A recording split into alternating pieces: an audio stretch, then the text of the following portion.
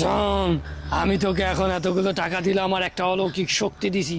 সেই শক্তি দিয়ে তুই চাইলে আরো অনেক টাকা বানাতে পারবি, জীবনে অনেক ধনী হতে পারবি। আর শোন, আমি তাহলে এখন যাচ্ছি, আর তুই যদি জীবনে আরো কিছু চাস আমার কাছে আসিস। এখন তুই যা। আচ্ছা ঠিক আছে, আমি যাচ্ছি।